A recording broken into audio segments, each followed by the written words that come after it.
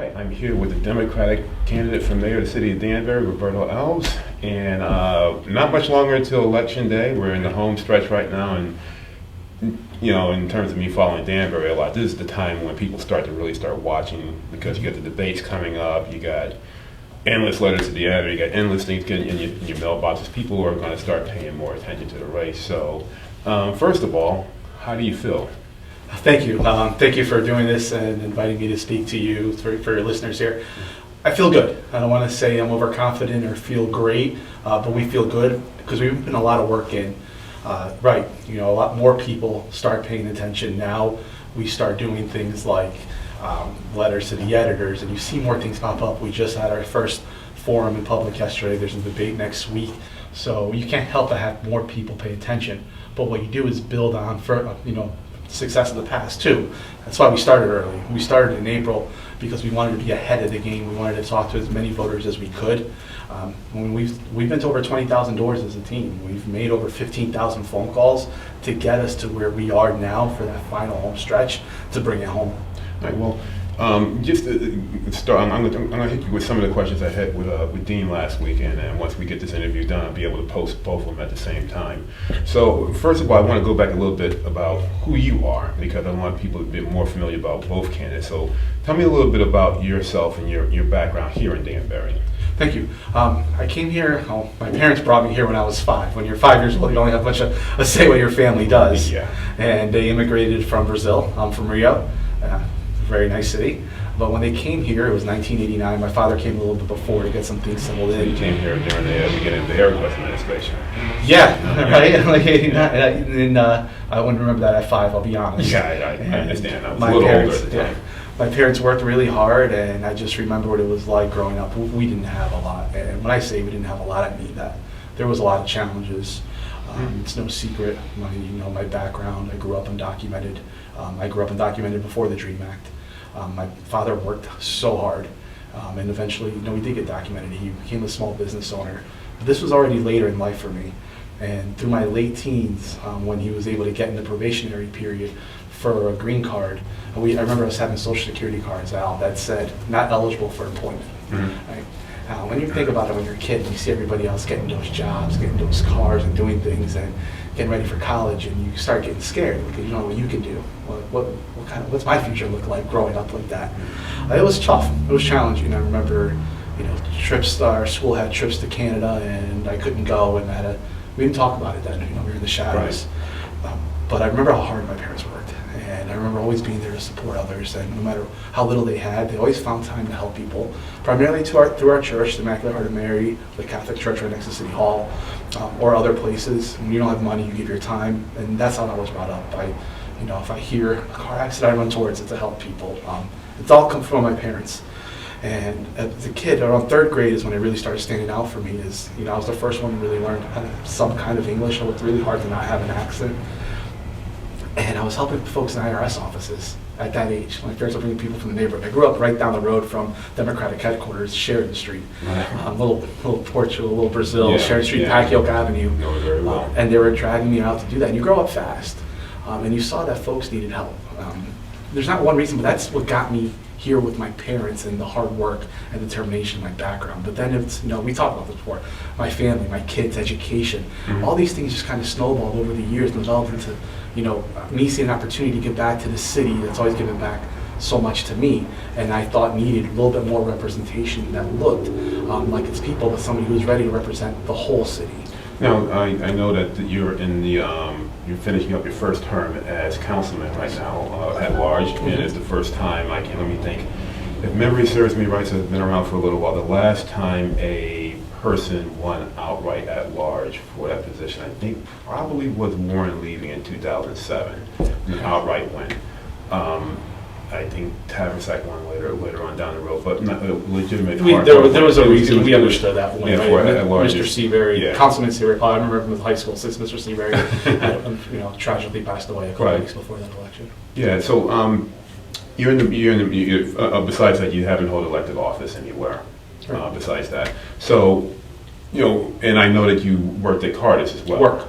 you work there currently Still right work. now. I'm How long have you still been working there for, like 8 years now? A decade almost now there. Okay, so what, besides that, what other experience did you have, education-wise, after high school, or jobs after that? So after high school, I just started working. I wanted to go to college to be a teacher, and again, I wasn't documented. Yeah. And I took some part-time classes at WestCon. I remember I got a letter that scared the heck out of me, asking for some information I didn't have. I don't know what it was. It was either an alien number or a social security number.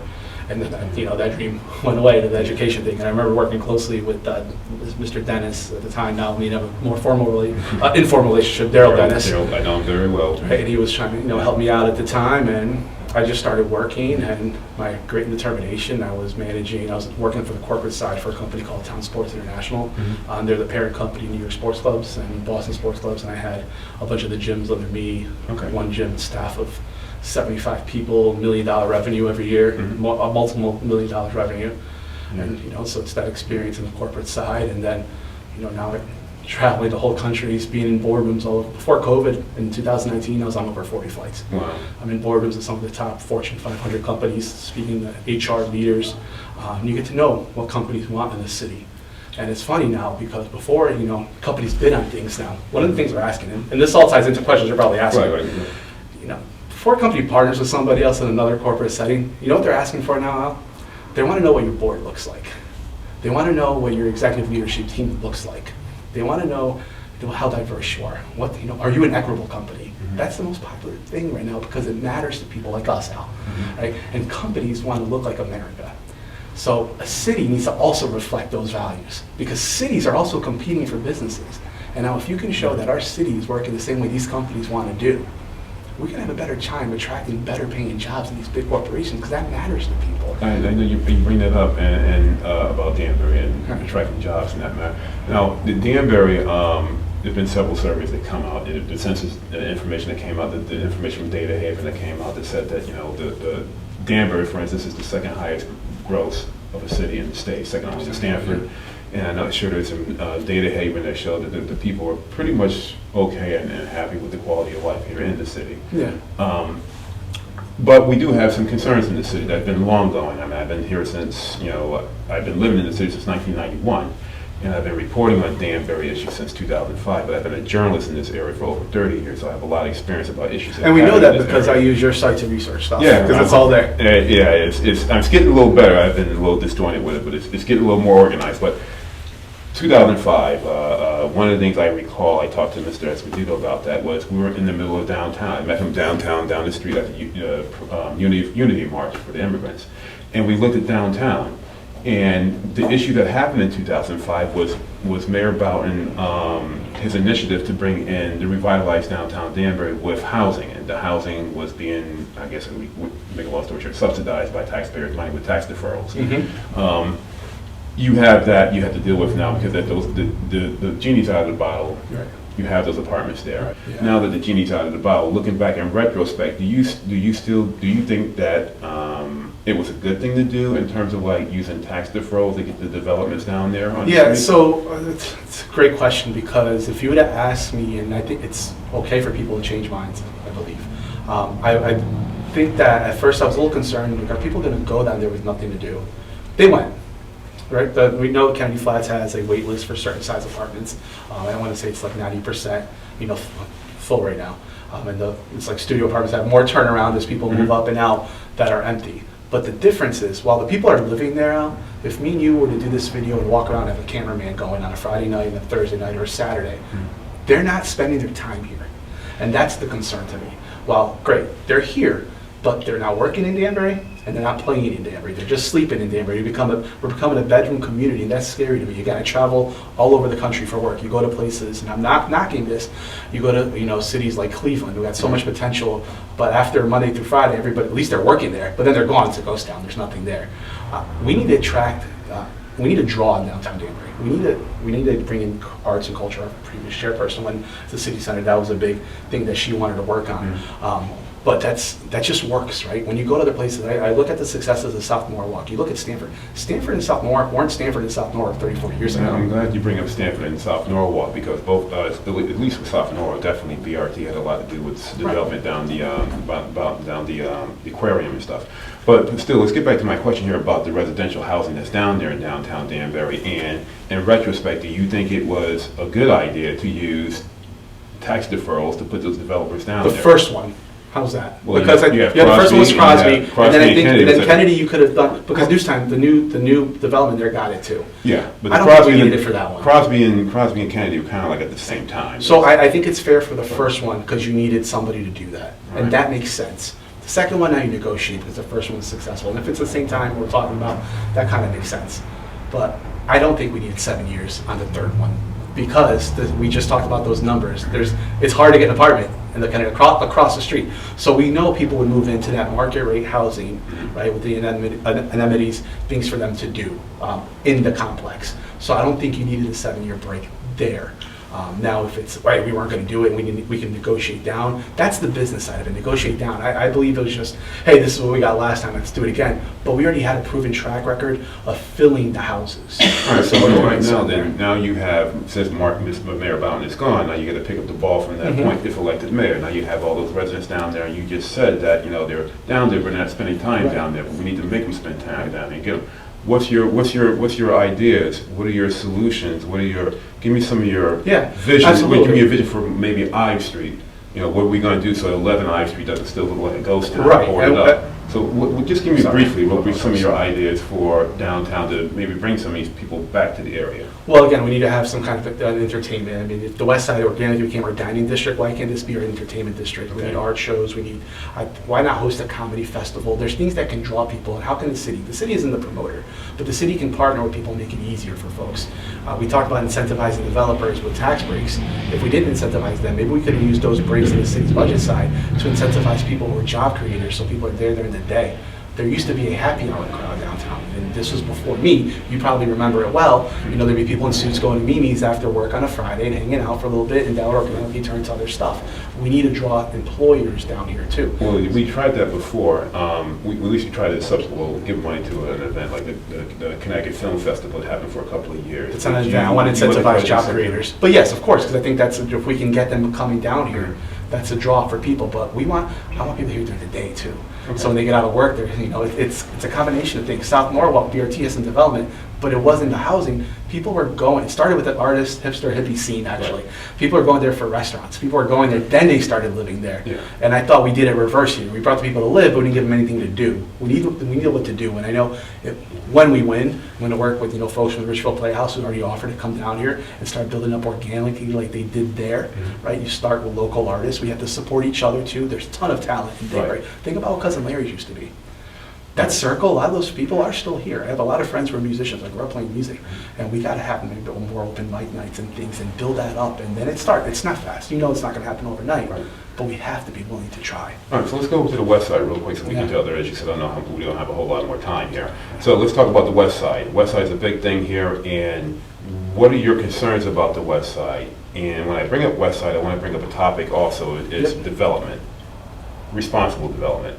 What are your concerns about West Side? What do you see as some challenges for Danbury going forward, and how would you address it over on the West Side? Well, I think one thing is fire safety, and I think we need to create a substation or something so we can have faster response time. A lot of things have been developed over there. The fire department will tell you they need it, and I agree.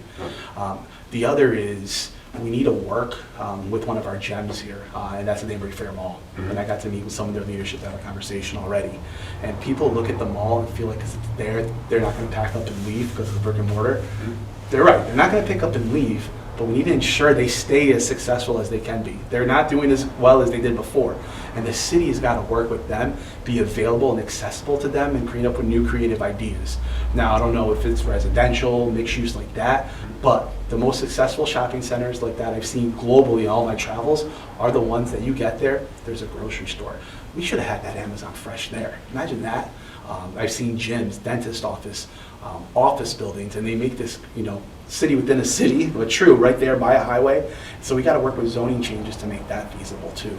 On Mill Plain Road, we know it's congested. We got to see what can we do to maybe add another lane widen, but at the same time, we want to add some kind of more commerce there. And I know folks who bought buildings who started off, they owned a restaurant, then they bought the building their restaurant's in, bought the building next door, and these aren't the traditional landlords in Danbury. These are new people, younger, with energy, with ideas, who want to help us turn this into a South Moral Stanford environment. They're begging the city to look at their old zoning rules that were changed in the 80s for the malls on Mill Plain, where they can't build something multi-floor that's retail on the bottom, restaurants on the bottom, office space on the second floor, and true apartments that aren't going to attract, families up there, because that's not where families live, but that's what, those young singles who are going to travel to work or work here from home are going to live at, and we can do that. And there's people who want to do that on Mill Plain, but they can't because of our zoning rules, because we're stuck in our old ways. Now, I know you were talking about something, Mill Plain Road. Mill Plain Road is a road, and one of the things that we're going to talk about is road repairs and infrastructure in the city. And I want to tie that into your record as well, because you have a little bit of record. Yeah. Last time we talked, last time we had an election here, Chris Sotero talked about the infrastructure and brought up a lot of these topics. And from that, a lot of people said that Mark Bowden capitalized on what Chris was saying and came out with what was called the SNAP bond that was supposed to address a lot of these concerns. You talk about infrastructure a lot and the need to repair it and these things, but when we had to vote for the SNAP bond, you voted to not allow the general public to have a say in the vote, whether or not we wanted to vote for the SNAP bond. When it was in committee to send it on to the people, you voted against that. And I want you to elaborate on that, because I know you voted for it later on, but that vote that you had later on was based upon a decision, an executive order from the governor that said the people of the city of Danbury, because of COVID, we could not vote. Right. And one of the small things, one of the rare things about Danbury, I suppose, to Bethel and Ridgefield, that Bethel and Ridgefield, they do their budgets by referendum. The people don't really have much of a say in terms of doing anything except for bonding over a separate amount of money. This was the situation where the people had the opportunity to say something on it. You had the opportunity to say with your opinion on the bond. Why didn't you give the people an opportunity to say when you had an opportunity when you cast your vote? Right. So I believe that we needed to get certain things done. And my no vote, and I'll be very clear on my no vote, was because I wanted accountability when you're good. I didn't like certain language in the bill or the bill in the bond that I thought left it, too many games could be played and money could be shifted to do other projects, not what was there. And I wanted the residents of Danbury been waiting for roads to be done for a long time, and they deserve to know if their road's going to be done or not. And all they told me was, well, we can't do stuff like that. We can't give you the road name. You know what happened this year? That they didn't want to give us last when I questioned that and voted no on the bond because I just wanted more transparency. They gave us a list of roads this year that now we have. They could have done that last year. Yeah, but so our advocacy. The point I want to bring up again is that you have not. I know the argument and your rationale behind that. Yeah. But when you come to the vote, it's the vote to say, all right, I have an opportunity to speak my mind. Now we let the voting electorate, the vote. You cast a vote to not allow the other people in the city of Danbury to have their opinion, to give their say, yes or no on it. And when you look at bonds in the city of Danbury, the rate of approval versus disapproval of a bond is like astronomical, like 90–95%. All I'm saying again is just like, why did you feel that you need to cast a no vote? I know your opinions about my no vote wasn't on any vote to the people. My no vote was for the transparency of the road thing. But then after we got comfortable, the vote was to pass this bill over to the people for a referendum. But my issues with it was the transparency side of it. And the second time around was the people voted me to represent them. The folks I had talked to, the people were, Roberto, we want this. So I represented the people I talked to. I didn't have anybody reaching out to me saying, hey, we don't want you to do this. So I felt comfortable in my elected office for the people that voted for me to represent them, that I was representing them by that vote. Okay, now quickly get on the schools before we have time. We got on the schools. Hold on, I have to cancel my next meeting. Hang on, we'll have another interview. We can talk just about schools. No problem doing that, or even hosting a Zoom thing with you two guys talk about schools. But real quick on charter schools. You are against charter schools, correct? Because I hear in some periodicals and some media things that said you're against it, and I don't. You haven't. At least I haven't heard it come out of your mouth. So, are you against charter schools? Well, I don't think Danbury. I think right now the way our schools are, the charter school isn't the solution we need right now. So, are you against having a charter school in the city? Right now, today, I don't think the charter school is the answer we need. Okay. I think I have been quoted on the paper with that already too, so it's not. Okay, and why do you feel, now, well, we have an overcrowding problem, as Yeah. people are saying, and people, and some of your critics are saying, like, well, we have an overcrowding problem, we have a school right here that's ready to take some kids here.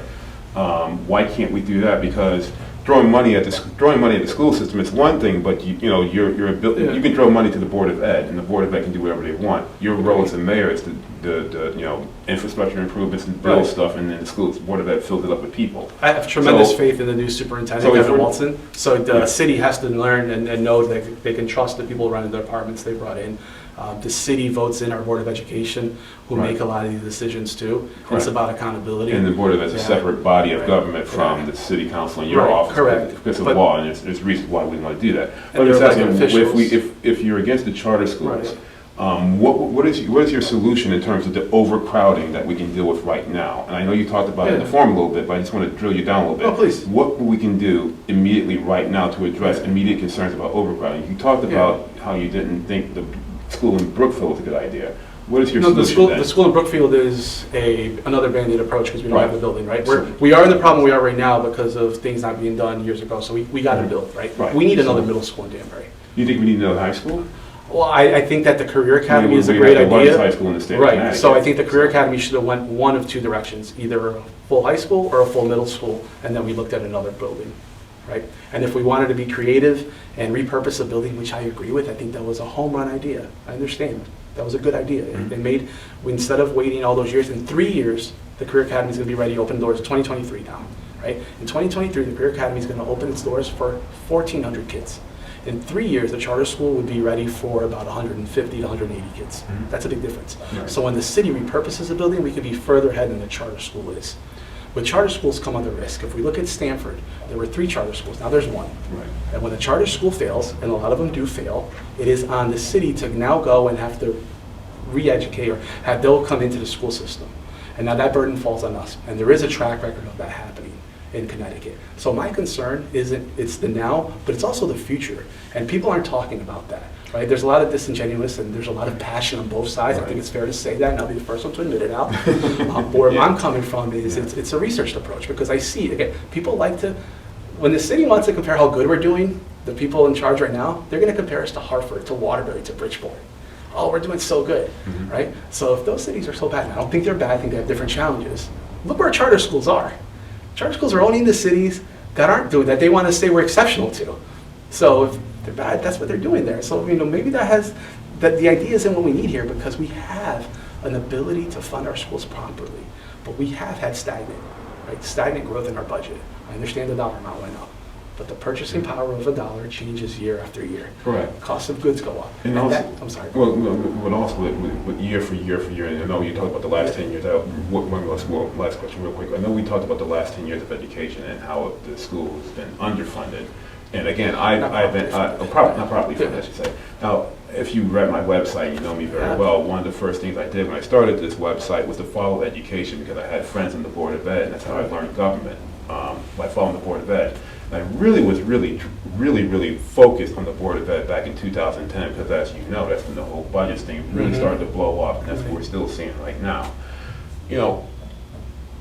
What would you do in terms of really addressing the needs? Because you can give money to the Board of Education, but once you give that money to the Board of Ed, they can do whatever they want. So you really, drawing money isn't, you can throw money, but you don't know what's going on with that money. What can you do hardcore within the confines of the mayor to really address a concern that's happening in the school system? For instance, maybe put some more additionals onto the school. You talked about additional high school. What can you do in doing that while trying to keep being mindful of whatever you do is going to raise taxes at some point in time? Right. So I think you have to work close. You have to trust the people in leadership. You have to know to work together. And I've had these conversations, because I do believe I'm going to win. But win or lose, anybody who really wants to do this job, you have to be prepared to do it from day one, because you don't have much time. Right. So I've had conversations with department heads, with leaders, and I know we're in a good place to work together, that the money isn't just being thrown in the air and spent on frivolous spending, right? They saw an opportunity to save $700,000 on the outdoor tents at the high school for the because that money, all right, we're not going to need it, let's put that money elsewhere. If they didn't care about the money, they would just keep the tents up and $700,000. But we know we have good leadership that's managing our money. Okay, they're struggling, they're challenged. When I was a child, there were paras in every classroom. right? Kindergartens, first and second graders. Now they're not because of funding. That's not about mismanagement of your money. That's because they don't have the money to give the teachers the resources they need. 375 students per guidance counselor. We're coming off a pandemic. Right. Even before pandemic, that number is unacceptable to any parent now, right? Mental health challenges. Children are different now than they were when I was a child and classrooms were full, or when other people older than me were children. These children are different now. It is not fair to our guidance counselors to not have more of them in the building when all it takes is one to drop that number from 375 to a reasonable number. We have had guidance counselors quit because they were stressed. They wanted to help. They stayed as long as they could, but their own mental health was affected now. That's not fair for anybody here. No, and that's a direct result of what's been going on. And the same thing with kindergartners, first grade and second grade teachers who are, it's really hard to stay with 25 kindergartens with the mental health challenges they have now. Yeah, I don't want to hold much more of your time, 'cause I know you got to go, but I know very well about those issues. I remember back in 2010 that the talk was about we need more paraprofessionals to help out, and it's been an ongoing struggle, and I hope that we can get to some solution that is for the common good of the kids, because that's the real thing. That's We're both parents. We've talked about that a lot, and Yeah. I'm not trying to make a connection here, but it's true, because it comes down to that. It's got to be about the children and the community. Education is the bedrock of everything that happens. And now I got to be political here. When we see the same problems over and over, you report on the same issues over and over, and we put the same people in office or the same kind of people, how can anybody expect anything different to happen? Yeah, I don't want to take much more of your time, but just, you're almost done with the campaign, and I have so many more questions, but we have a couple more interviews going down the road, but just tell me, I've been following you around for a while. I've been keeping an eye on you since we first talked at the convention, state convention a few years Do you remember that? Oh, 20 minutes to go, and I'm on a stage in front of 3,000 people giving a second speech. Man. I'm always keeping an eye on you. It's a great event. So, you've been in the political arena for a little while, and now here you are running a campaign. You raised a lot more money than all the other candidates I can think of. And I go back to, let's say, Dean Esposito, Helena Abrantes, Gary Goncalves, Lynn Tabersack, Paul McAllister, Al Alameda, and Chris Sotero, and you. But you have raised a lot of money. And I think that shows that you have a campaign that's definitely you wouldn't be making all this money if you didn't back what you have to back your what you're saying here. Make a long story short, it's almost done. How do you feel, and what have you gained from this experience in terms of running for mayor? Well, I have an admiration for the city. No matter how much you think you know a city, I learn more every day. Every time I talk to somebody, I get to know. I hear another story. People who knew my wife's grandfather, who was the former Republican treasurer under Don Boughton, Bill Wicks, former Republican Party chair. And I have all his, all his literature and things like that saved in my house. And you meet people, you have stories like that, and you have an admiration for our city. And everything I thought about it was right. It's one of the most beautiful places. And again, I'm world traveled, and I could live anywhere, and I want to be here. I love this place. It's so special to me. My kids are being raised here, and you get to meet people. You get to stop and listen to what they have to say, and I think that's what people respected from me. Well, look, I want to talk to you a lot more. There's a lot more. I really want to talk to you about recreation, because you talk about basketball courts, and I'm a big fan of cycling. Like Dwayne Perkins wants sidewalks. I want more basketball courts. The first, real quick, and I know I'm the one who's be late to my next meeting. Okay. The first thing locally in politics I ever did, and I think about it as so benign now, was stepping in front of the city council to advocate for basketball courts. Because my friends who grew up down here were always knew you're the loudmouth. You're the one who's not afraid to speak up and speak your mind. Even if you're going to stutter a little bit, we need more basketball courts. Locust is gone, Baumforth is gone. We had all these basketball courts everywhere. And that's when I got in front of that dais. It was a budget, and I did our research, but this is when you go and talk about it. And I'm like, it's great. It's my former history teacher. He's going to listen to us. It's Mr. Bowden. And we got up there, and I just didn't think nobody was listening. Dwayne Perkins was to his credit then. And I looked at a 21-person body, and here's the immigrant kid who grew up in downtown Danbury. And I realized why 2005 happened, why we don't have basketball courts, why our schools are underfunded, why we needed some serious vision and energy and diversity. And here I am now. And that was one of the many catalysts of what got it going. And I think recreation is key. So not only basketball courts, I want cycling. I also want calisthenic, areas in our public parks. Most major cities that are happening, that have a vibe, that have a heartbeat, they have things like that too. Because about communal spaces where people can share time together in conversation. So it's about bringing the community together. Fitness does that better than anything. I want to keep talking about these things, pocket parks and other things. But look, good talking to you, man. Sir. You've been doing a hell of a good campaign. Keep up the good work. And you know, I've seen a lot of you guys over the years, and it's good to see that this new face with a new voice, bringing up new ideas and trying to generate a new direction and a new style of campaign that's different than what we've seen in the past. And you know, best of luck to you. Thank you very much. Appreciate the time. Thank you. Sir.